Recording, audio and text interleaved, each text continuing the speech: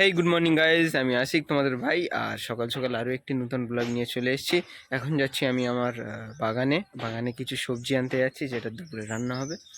আর তো blog continue করো।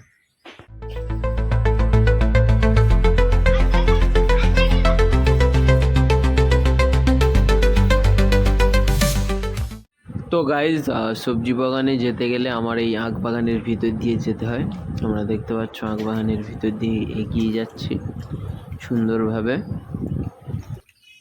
ওই যে সামনে সবজি বাগানের কাছে চলে এসেছি।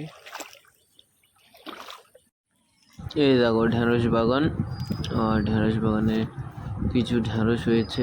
এসে দেখছি মা এখানে আছে, মা কিছুটা সবজি তুলেছে, আমি ঢেঁড়স তুলে দেখাচ্ছি। দেখো এই যে কত সুন্দর সুন্দর কচি কচি ঢেঁড়স। এগুলোতে খুব কম সার প্রয়োগ করা হয়, ওই জন্য এগুলো একটু বেশি টেস্টি হয়। আর এই দেখো গাছে বেগুন হয়েছে ছোট ছোট কিছু, এগুলো এখন নেব না, যদিও মা নিয়েছে কিছু সবজি। এই যে পুঁই শাক হয়েছে, তারপরে কচু গাছ হয়েছে, তারপরে এদিকে আবার এই কুমড়ো গাছ হয়েছে। মানে অনেক সবজি চাষ করা হয়েছে, অল্প অল্প করে কিছু, মানে বাড়ির জন্য।